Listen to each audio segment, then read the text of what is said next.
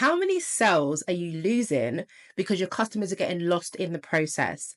So, if you don't have a clear roadmap guiding them through their journey with your brand, you're actually leaving money on the table, and that's guaranteed. Think about it. When was the last time you landed on a website only to bounce right off because you felt confused or overwhelmed? Well, that's exactly what's happening to your potential customers if you're not mapping out their journey. And it's costing you sales, babe. So you need to fix that pronto. Now, understanding your customer journey is pretty much a non negotiable, and it's really crucial if you want to be able to turn those browsers into buyers and actually build a loyal fan base.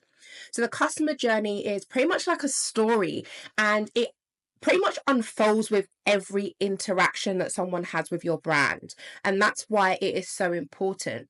So, by mapping this out, what you're actually doing is giving them a smooth and really positive experience. And what you're also doing is moving them seamlessly through your sales funnel from the moment that they actually discover you all the way to them becoming a loyal advocate of your business. So, if you're wondering how to go about mapping out this journey, I'm going to share a step-by-step guide to creating a roadmap with you that makes sure your customers are going to stay on track, that they're going to feel excited to move forward. And then later on, I'm going to share with you some examples of how you would actually go about creating each stage of the customer journey map in your own business, to kind of move people through, just so you've got a solid idea of how to incorporate this within your own business. Okay, so step one is all about identifying the key stages. So you need to break down your customer journey into stages. Typically, this includes awareness, consideration, decision, and post purchase. But hey, do feel free to customize this based on your own business, as every brand is pretty much unique, and you could choose to include more stages if that's what you want. So, next, you should have a really clear understanding of your customer needs at each of these stages. So, for example, during the awareness stage, they're probably going to be looking for information or a solution to a specific problem that they're experiencing. Whereby in the consideration stage, they're likely going to be comparing their options. And then at the decision stage, they're kind of feeling a little bit more ready to buy. And then in the post purchase stage, they're probably looking for a little bit more support and value from you. And the key here is to understand their needs so that you're able to meet them exactly where they are. So, step three is about planning out your touch points, and these are the interactions that your customer will have with your brand at each stage. So, this could include finding your blog posts, it could be checking you out on social media, joining your email list, it could be attending a webinar, visiting your sales page, or even completing a follow up survey. Again, the goal here is to meet them exactly where they are and then guide them with intentional touch points that drive them forward. So once you've created your touch points, I would really recommend creating a visual map of your customer journey. And this doesn't need to be too time consuming. This is pretty much just about seeing the customer journey flow and making sure that it makes sense. So to do this, you would use something as simple as a whiteboard or a digital flowchart. Maybe you could use Canva, or if you really want to keep it simple, you can just use pen and paper. And what you really want to do is start from the point of contact and then plot out each step. And then once you've mapped out the journey and you've put all your touch points in action, it's time to test and optimize. So during this stage, you want to be keeping an eye on how your customers are moving through your funnel. And if you notice drop-offs or friction at certain stages, then what you're going to want to do is go back and tweak your approach and kind of refine the journey until your conversions are where you want them to be. So to put this into more context, what I kind of want to do right now is go through an example of a customer journey for an online business owner who sells digital products. So what I'm going to do is focus mainly on someone who is into social media marketing.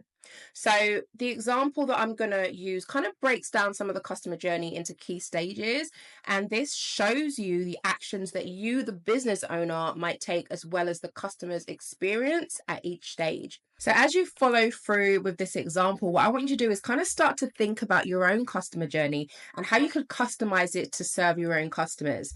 And I have to apologize about the color contrast of this video because the sun is kind of in, it's kind of out, the clouds are doing their own thing, and it's kind of out of my control. So again, I do apologize, but it kind of is what it is. Anyway, let's move on to stage 1, which is awareness. So this is essentially when your potential customers are kind of realizing that they actually have a problem and they kind of begin taking some action. So actually using the social media marketing example, your potential customers at this stage might be thinking something like, I want to grow my business on social media, but I don't know where to start. And at this stage, some of the things that they might be doing are browsing through social media. They might be reading through blog posts. They might be searching through Google for tips on social media marketing. So this is pretty much where you step in with valuable content that you can kind of start to use to capture their attention. And some ideas for how you would do this are through content creation. So you might create and publish a blog post like, for example, the top 10 social media strategies for small businesses. And you might also create free YouTube content offering beginner tips on the subject. So you might also be leveraging SEO, which means optimizing your blog posts and videos with keywords that you know are related to social media marketing for small businesses. You might also be spending time ramping up your social media engagement by sharing valuable tips and engaging with your followers to kind of start to build up that credibility. And something else that you could be doing during this stage of the customer journey is actually creating a free lead magnet. And this could be something like, say, a ultimate guide to social media marketing, so an ebook or something, or maybe a free mini course. And then what you would do is promote that lead magnet through the content you're creating, so through your blog posts and also through your social media platforms. Okay, let's move on to stage 2, which is consideration. So once your potential customers have started to consume some of your content, they're likely to be a little bit more intrigued by you and your business, and probably they're going to start kind of considering their options. So this, as I mentioned, is the consideration stage. So they found some of your resources and also some of the information that you've put out there, but they need to know more. They need more in-depth guidance to get the results that they're after. And so at that point, they're likely to be reading your reviews. They're going to be checking your products, checking the courses that you sell, and also they're going to be, following up on any recommendations that they've had from other people who have maybe had the results that they're looking for. Now, while customers are at this stage of the journey, doing some of the following things could really help you to keep them engaged and kind of nudge them closer to taking an action and making a purchase. And these things can include creating an email welcome sequence. So this is where after the customer actually downloads your lead magnet, they're actually entered into an email sequence that provides additional tips and information about your business, about case studies, about testimonials, and about your products as well. You could also host webinars or run a live Q&A session where potential customers can actually learn more about your products and ask you questions directly about what it is that you sell and also about your business and your experience. You could also give them a sneak peek of your product, or if you're selling a course, you could give them a sample lesson. And this is a really good way to get them excited about what it is that they're going to be able to learn. Another thing you can do is run Facebook ads. So you could use retargeting. You could run Facebook ads or Google ads to kind of retarget your visitors. So those people who actually checked out your sales page, but that didn't buy. And then what works really well here is offering them some kind of special discount or bonus to come back and complete their purchase. So these are all things that you could try and do during the consideration stage to kind of try and tip the scale towards your product or service. Right, let's move on to stage 3, which is the decision stage. And it's during this stage that your potential customers are going to actually decide whether or not they're going to buy your thing. So they're going to buy your course, your product, or your service, and whether or not it's actually worth their dollars, right? So here they might be thinking, this course or this product seems like exactly the thing that I need, but is it really worth the investment? And they're probably weighing up the benefits, looking at the costs, and trying to decide if they should commit. This is your chance to actually seal the deal, and you can give yourself higher odds by doing some of the following things. So firstly, you want to be creating a compelling sales page. Your sales page should highlight your product's benefits, include glowing testimonials, and also address any objections head on that might actually stop the customer from purchasing your product. You also want to be introducing a limited time offer, so use urgency to your advantage.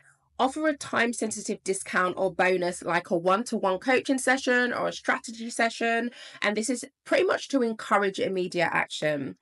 I would also recommend offering a money back guarantee because doing so will take some of the risk off the table for your customer.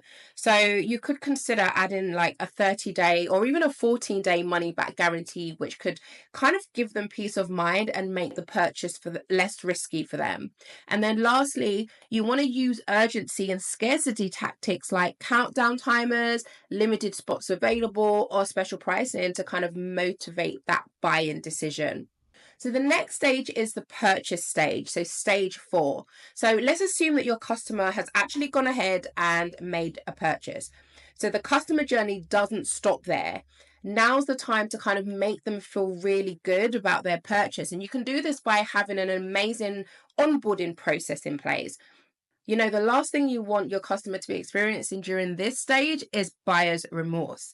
So putting thought and time into this stage is really important. So during this stage, they should kind of be feeling excited to start learning and start seeing results.